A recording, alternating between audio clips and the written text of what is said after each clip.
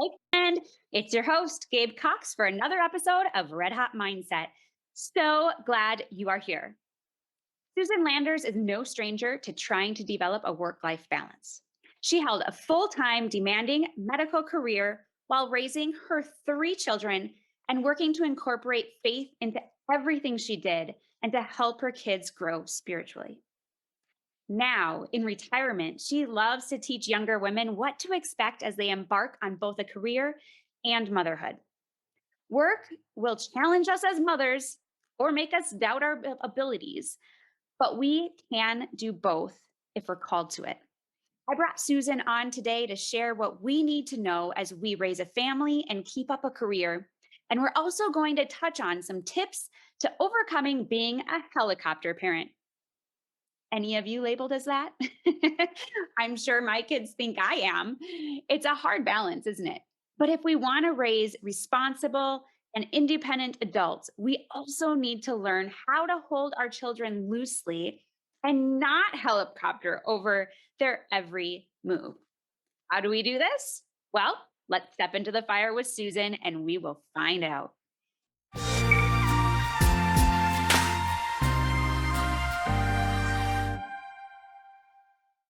Hi, Susan. Welcome back to Red Hot Mindset. I'm so glad to have you here today. Hi, Gabe. Thank you. It's been so much fun chatting with you.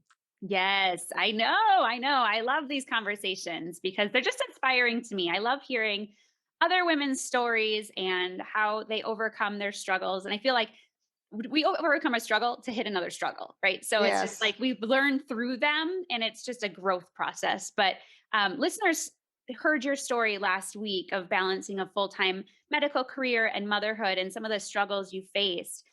If you haven't listened yet, go back and listen because it's a really encouraging story. But for those who haven't gotten to that episode yet, could you just give a brief snapshot of what it looked like and give us some context before we start? I practice neonatology. That's taking care of premature babies and sick newborns in the NICU for over 30 years, working full time while I also raise three children. They're all now grown young adults. Was married to a pediatrician, so I had plenty of help and support from him. I learned on the fly to be a good mother, a good enough mother, as my kids grew, like most women do. Each of my children was very different, and each child taught me different lessons. They had different needs, and they allowed me to use different strengths and talents. For example, when my son was about 10 years old, he was bullied. He was in a class, a sixth grade class. No, he would have been more like 11 years old. He had moved up and he was in a sixth grade class and he was being bullied by some boys. My son was kind of geeky and goofy and not very coordinated. And these boys were big skateboarders and basketball players. And I knew what was going on, and I talked to the principal, and I talked to the teacher. I did not call the other child's mother because they were going through a big divorce. And all I could do was try to support my son without fixing the problem for him. And that was a very hard lesson. That's a lesson that mothers learn over and over. How do you support your kid? How do you Are you there for them? Encourage them to talk about their feelings, work with the teacher, but don't solve their problems for them. David made friends with another boy who was very geeky and computer oriented, and he was fine having one main friend, even though he was being bullied by another group of boys. He worked it out himself. That same year, he started in the Boy Scouts, Mm. and it just made him blossom. He was perfect for the Boy Scouts. And I was so thankful because he had found something that was, grounded in the church and good men were scout leaders, and he was learning skills that were very important. So that's just one example of how I learned to let my son find his own way, fight his own battles, so to speak. Mm. Um, One of my daughters, my youngest daughter, had a lot of trouble learning letters and numbers and shapes. I noticed one day that she was reading a book upside down, and I went, "Oh my gosh, this is not normal." My other two had read early and read easily, and here she was kind of stuck. And the school told me that she had some kind of learning disability. And I went into Super Mom Overdrive. I went, "Oh my God, let's have her tested." I took her to the Children's Hospital, to the Development Center. I had her tested. Here I was trying to solve the problem. I was a physician. I wanted to solve the problem. And she did test developmentally delayed. And the the report was that she had dyslexia, that she had difficulty learning. Of course, we had her hearing checked. She worked with a speech therapist. She had some little glasses, special glasses made to magnify the letters. And we worked with phonics, flip charts. And her teacher and I became a team to help her learn. And over the years, she learned how to cope. And by the time, so that would have been preschool. By the time she was in third or fourth grade, even though she was in pull-out classes for reading, she had learned to compensate, and she was on grade level with all of her skills. So I did a little bit of the super mom thing, but ultimately my daughter had to learn to cope her own way. She had to learn to let teachers help her. She had to learn that it was okay to go to a pull-out class for reading, and I don't think anybody made fun of her, and her teachers all loved her. So that was another example of how, even though I wanted to swoop in and diagnose and treat and take care of the problem, I really had to let Laura and her teachers work it out. And I really had to watch her grow and become stronger because of having really good teachers.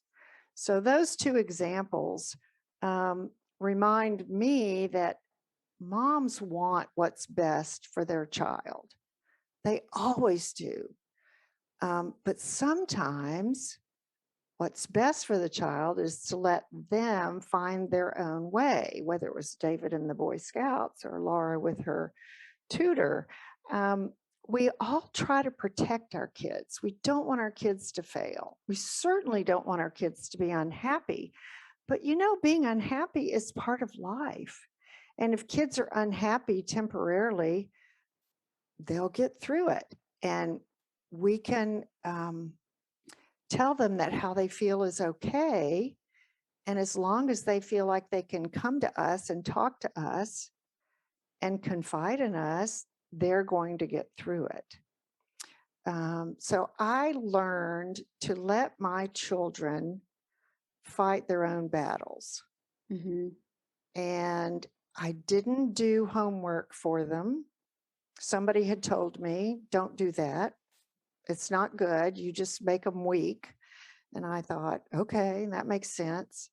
My two daughters were very athletic, and they both were in soccer and in swimming and volleyball. And I learned how to work with coaches, but not too much. My volleyball player didn't make the team she wanted to make, and I didn't do anything about it. She was hurt. She cried a lot, and she switched to track that year.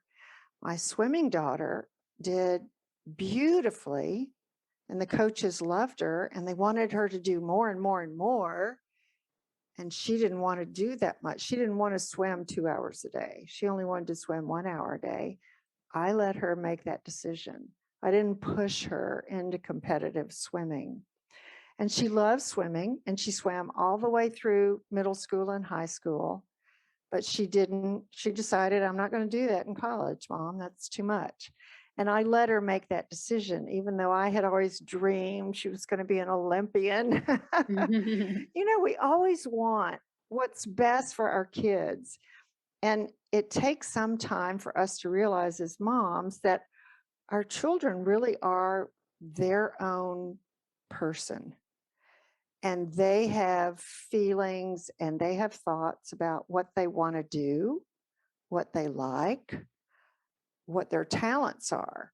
I think sometimes moms can point children in a direction of where their talents seem to be going. And I learned all of that by being a mom to 3 kids who were very active and all very different. And I bet you've learned exactly the same thing with 3 boys.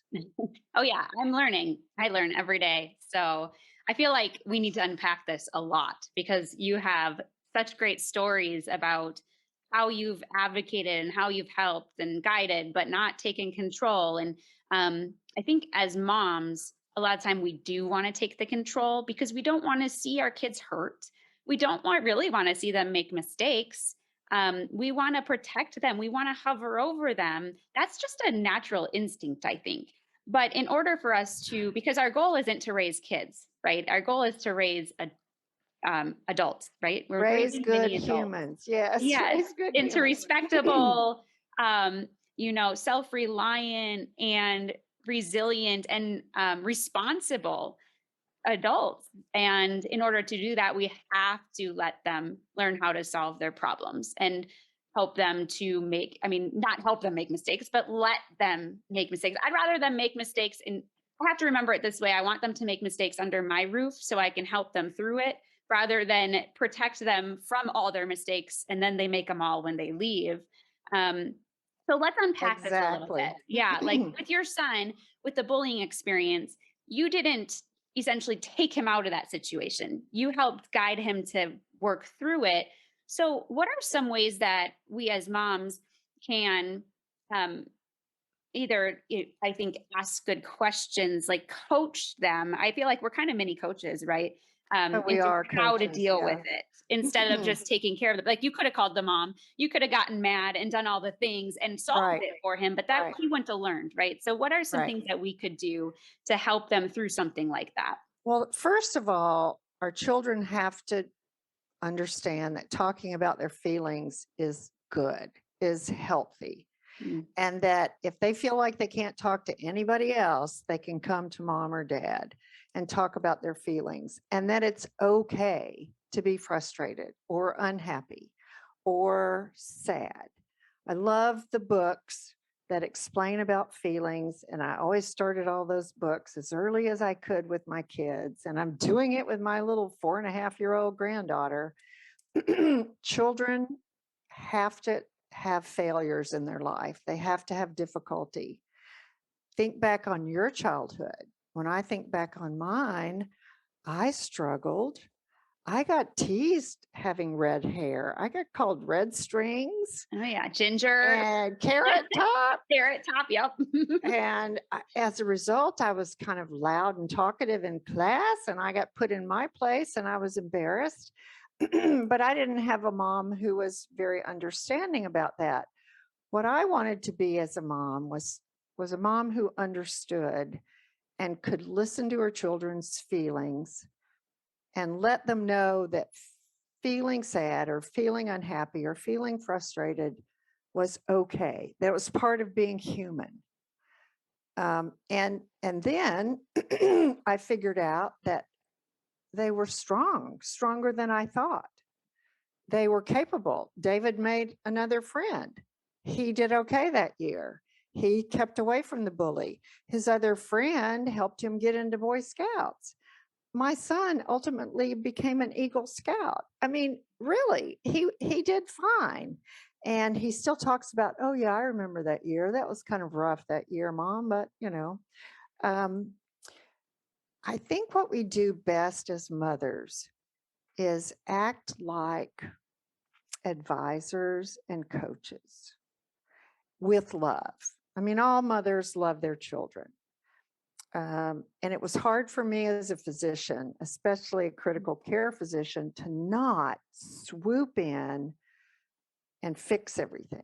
I mean, that's what I did in the hospital. I would always swoop in and see the premature baby and fix it, do whatever therapy was necessary. So it's a whole different mindset. When you're a mom, of course you want your kids to be okay, but you really cannot fix all their problems for them. Mhm. I remember Anne asked me once to help her write a paper. It was fourth grade, and she was writing a big paper on Texas history. And she was in tears, crying, I can't do it. I kept saying, yeah, you can do it. And, we got organized, and she had her little cards. And she kept saying, will you please write this for me? I said, no, I won't write this for you. You've got to do this yourself. And she said, oh, I'll never get it done. And so we took it in little bite-sized pieces, and she did fine. Mm. And she went on to learn that being a good student was her thing, Hmm. that she became more and more organized, and she was always a straight A student after that.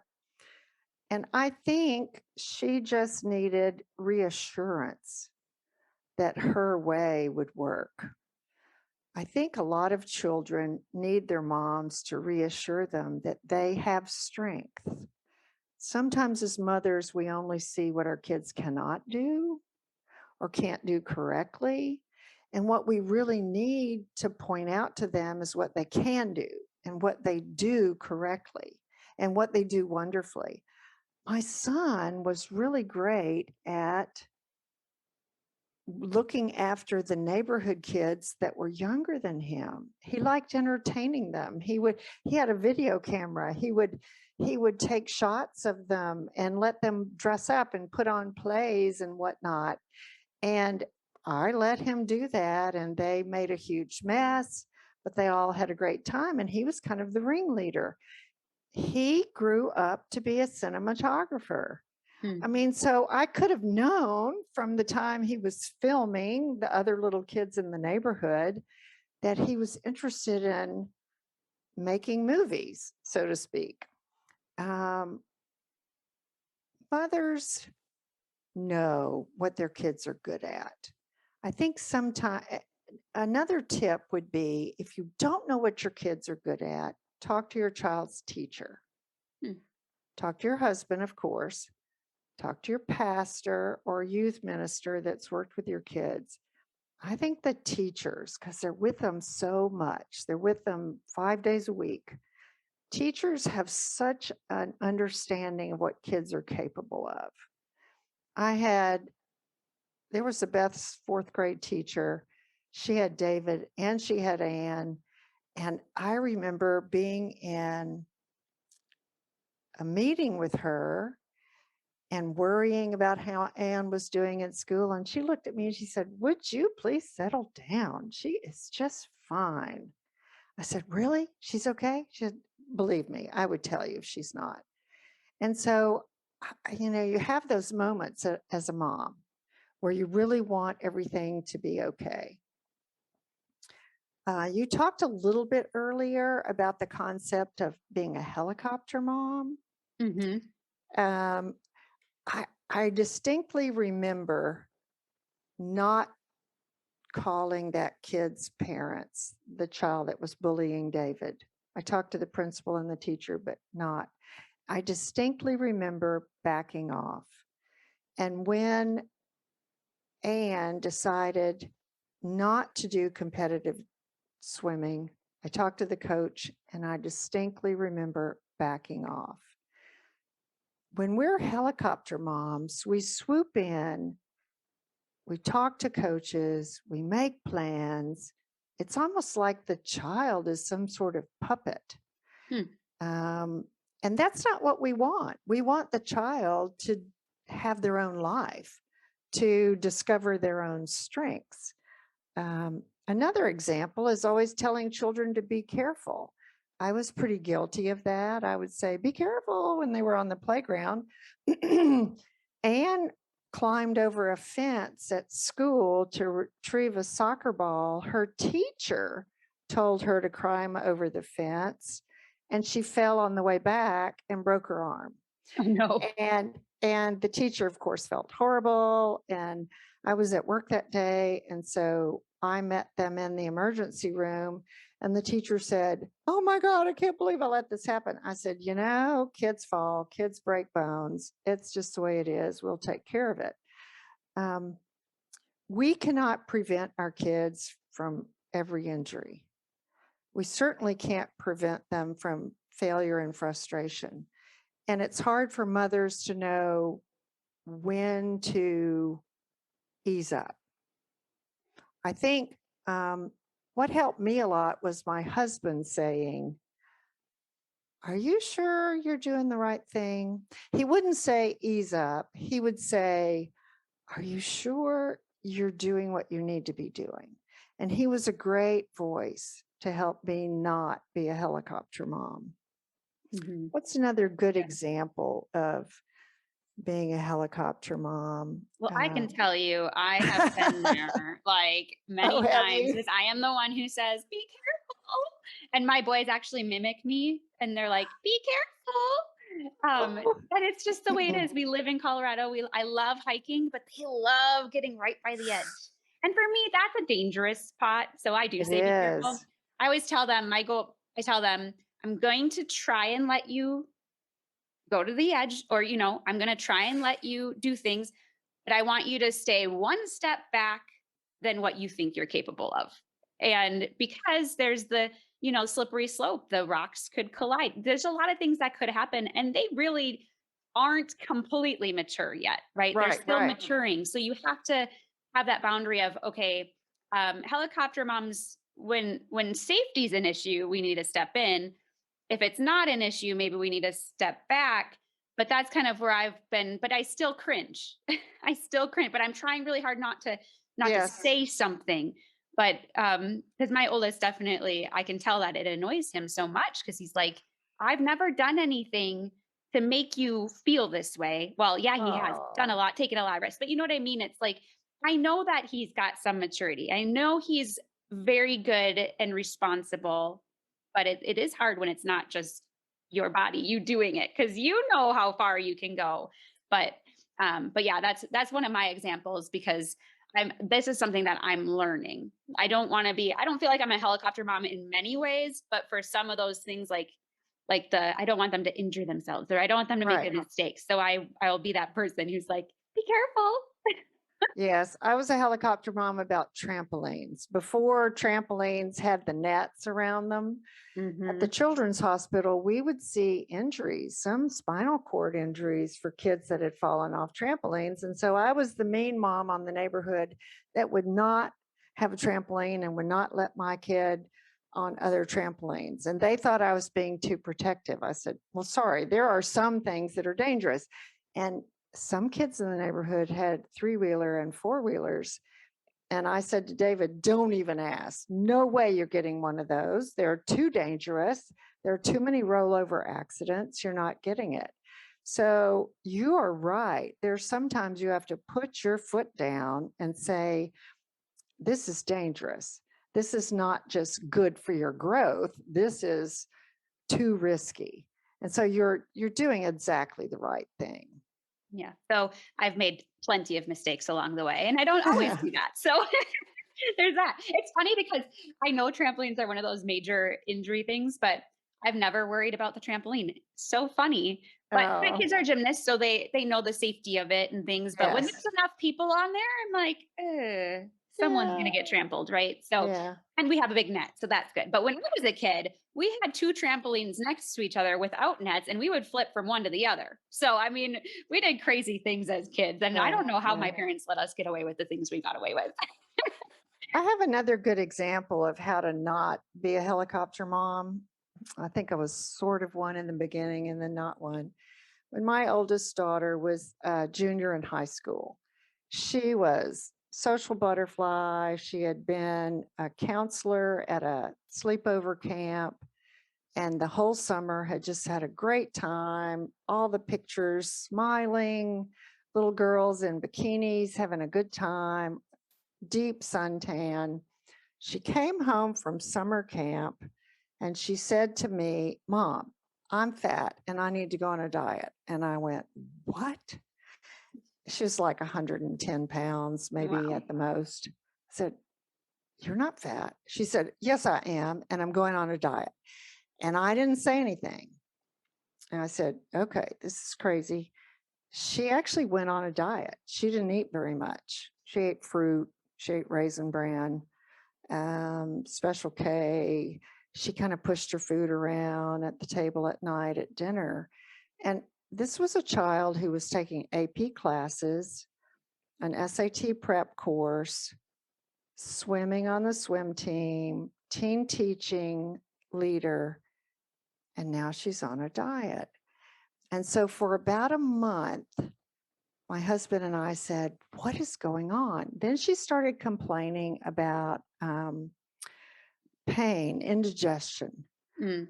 I took her to the pediatrician thinking she had reflux, and the pediatrician asked her a little bit about her eating and prescribed some antacids. And we went back home and she continued to diet. And I thought, I don't know. I think I've let this go on long enough. I called her best friend's mother.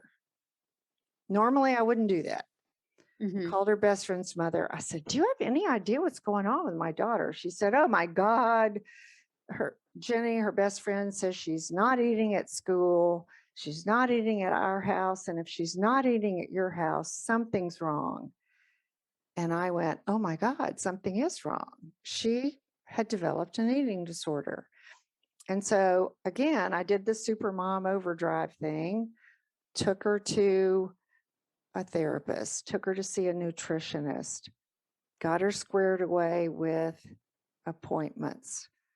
She loved the nutritionist she was working with. I talked to her favorite teacher. We developed a plan, but it was my daughter's plan. Mm. I took her to all the visits and I asked her how things were, and she would tell me when she wanted to, and she didn't if she didn't want to, because she was already talking to a therapist and a nutritionist. Within 6 months, she had regained her weight, was eating well, still swimming well. And so that would have been about halfway through her junior year. And was ready to take the SAT and talking about colleges. And so the point of this story is sometimes if your children are in trouble, you do have to move forward, grab the situation, get the care they need, make sure you know what's going on, but then the recovery has to be theirs. Mm. They have to feel like they own the problem and they own the solution. And I think that identifying my daughter's eating disorder so early made a huge difference. The fact that she loved her nutritionist made a big difference. And her friends were not afraid to talk to her about it. And her dad and I talked about it too. So she got well really quickly as a result of all the support that she had around her, but it was her program, it was her process. We let her do that, and she fully recovered. Yeah, that's so important. I think just what you're talking about there, because sometimes we do need to get in there. And I would say we are our kids' best advocates. So Yes, we need to know when we need to advocate. And advocating, I would say, is different than solving. It could become solving. So there's kind of a narrow line there. But even when you were talking about your daughter with the dyslexia, you did need to advocate for her because she didn't know what she needed. right. So you needed to point her in the right direction, but then you went hands off to have her work with her teacher. So same thing with your other daughter with the eating disorder. If you would have let that go, it could have become detrimental to her. It would have been very serious, very harmful. Yes. So how do we decipher the difference between advocating or when we need to advocate to the helicopter? Like, how do we know what's the balance there? I think, first of all, you need to talk with your spouse. Second, talk with a trusted friend. Bounce it off of them. Hey, I'm worried about such and such. What do you think? Talk to your pediatrician, talk to your pastor. There's so many people in your support group that have more experience than you do. Sometimes we don't ask. And I have never had anybody not help me when I asked for help. Mm. I have never had a friend say, I don't have time. I've never had a pastor say, I can't chat with you. I've never had a good friend not be there for me. So, advocating, yes. Solving their problems for them, no. I think our friends are great sounding boards. Of course, our spouses are. Your mother in law. I didn't have a very good relationship with my mom, but I loved my mother in law. And I would bounce things off of her. Hey, when your kids were little, did this happen? So there are lots of people around us with more experience that can help us, sort of reality check. Are we overly worried? Are we appropriately worried? Should we pull back and say, this is no big deal? It's a phase. Does that Mm. make sense? Makes complete sense. And that's perfect. I think you're right. It comes down to that community again. We don't do it Yes. alone. You don't mom alone. You do it with others, and having those special friends or the pastors or the mother-in-laws, their moms to be able to do. I mean, they've gone through their own, they had their own kids, right? Yes. So I think Yes. I look back and I go, oh, my mom put up with a lot.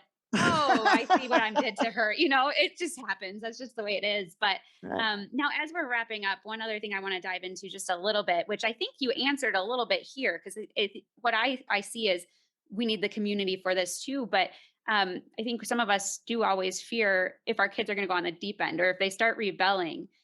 What do we become helicopter parents, or do we still kind of let them make those mistakes? Oh, wow. So the child with dyslexia grew up to have ADHD as well. And she was a teenager from another planet. Oh my gosh. She skipped school. She got tattoos. Um, she wrecked cars. And I wanted to control her. And first I wanted to strangle her, then I wanted to control her. Right. And and my husband kept saying, she's just a teenager. Let it go. Let it go. Um, I had to talk to teachers. I had to talk to friends. I needed advice about how to deal with that. I was at my wits' end. There will be times when mothers are really out of their league. And my daughter needed help, and I was able to get her the help she needed. She talked to a counselor at schools who she loved, and they met once a week for a long time. Part of the time she was in Saturday school because she had delinquent and skipping school. That was her punishment. She worked through that, and the school helped me help her. Mainly the school held her accountable, Mm. and we held her accountable and took away privileges. So there will be times, sometimes the problems get much bigger as the kids get older, especially in the teenage years. And there will be plenty of times when you don't know what you're doing.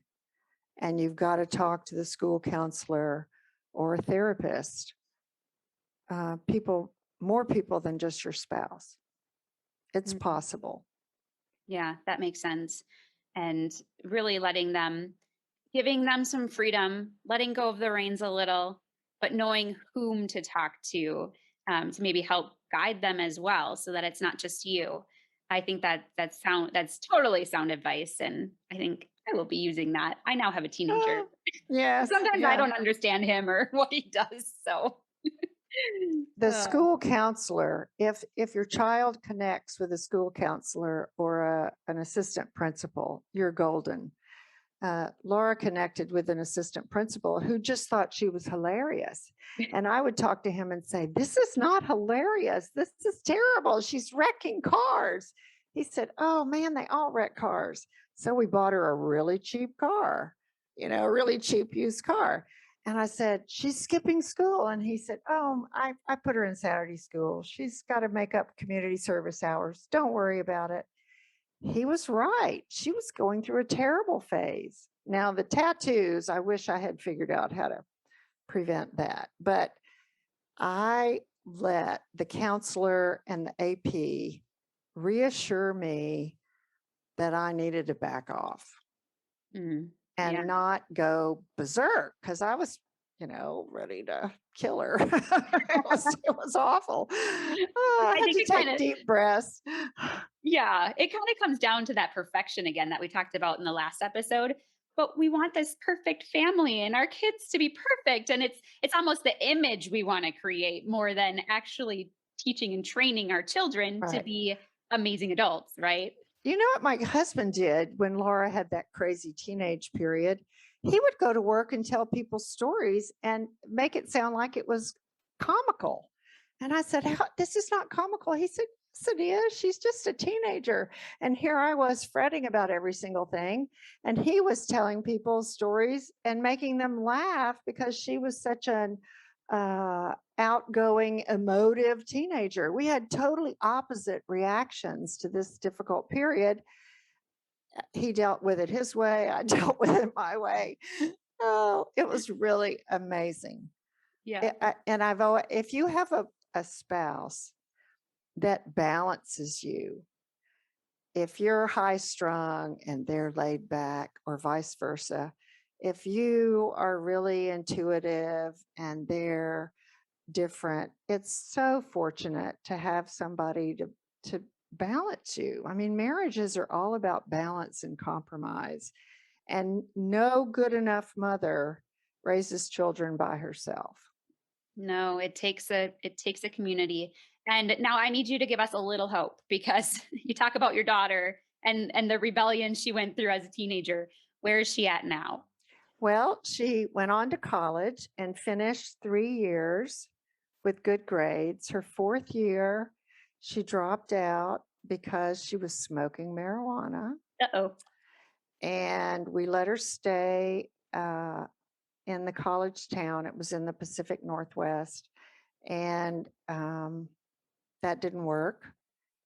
My husband drove up there and got her and brought her home and said, "You're not leaving until you get your life straightened out."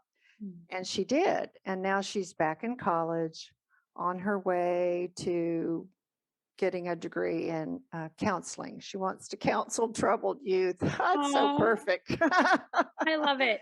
That's so perfect. I said, "You've got so much experience, dear. You will be a great counselor." She said, "I know, Mom. I know." So she's fine. She's fine. She's got her act together. That's so awesome. I love that. But she did. She just had to find her way. And she needed some sternness sometimes, and she needed the love and she needed the support. And whatever it was that you needed to give her at the time is what you gave Right. her. And I Right. think that's Yeah. important for us to But I know. have to say, I'm no fan of smoking marijuana. I'm against legalizing it because I don't think that's a good drug for all kids. I don't Yeah. think it's like drinking a beer. It's not good.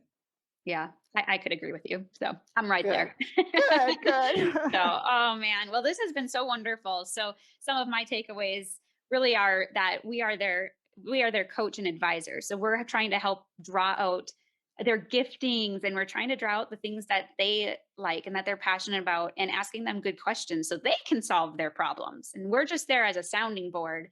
Um, but we have to know when we should advocate, when we need to step in, especially when it's an unsafe situation or something like that, or a dangerous situation.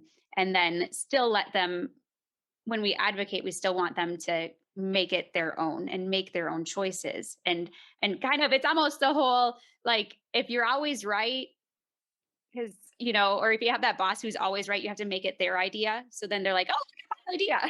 It's that with Right. kids, right? So, but really just helping them to become um, adults. We're raising adults, Good we're not raising people. kids. Yeah. Good Yeah. humans. Yeah, I think you nailed it. I mean, that's a great summary because you've grown and you're a good enough mother and you have a lot of wisdom, hopefully from interviewing people on your podcast and from raising your three boys. Some of those lessons are hard to learn, and I think you deserve a lot of credit for learning those lessons already. Mm. You're capable of taking care of anything that comes along in the teenage years. No, well, You'll thank you. be That's fine. encouraging because I am in You'll them. be fine. I am deep in them now. So we'll see what happens. And I will now always have a teenager in my house, Yes. at least Yes. for the next 10 years. So, anyway, well, awesome. Susan, this was so fun. Thank you for sharing some of your stories and for really helping us to understand what the difference is between advocating and being a helicopter parent and how not to be a helicopter parent so we can hold them loosely and really let them thrive, our kids. Now, if you want to connect further with Susan or snag her new book, she has a book called So Many Babies, and a lot of her stories from she ties in from the NICU and with her own stories of motherhood and a work-life balance. You can head over to SusanLandersMD.com, or you can connect with her on your favorite social platform at Susan Landers MD, and I'll make sure to link those for you in the show notes so you can connect with her easily. Susan, thank you so much for coming. I hope that you have a blessed week. Thanks so much. Oh, Gabe, this has been so wonderful. You are just a dear, and I've loved this conversation. Thank you.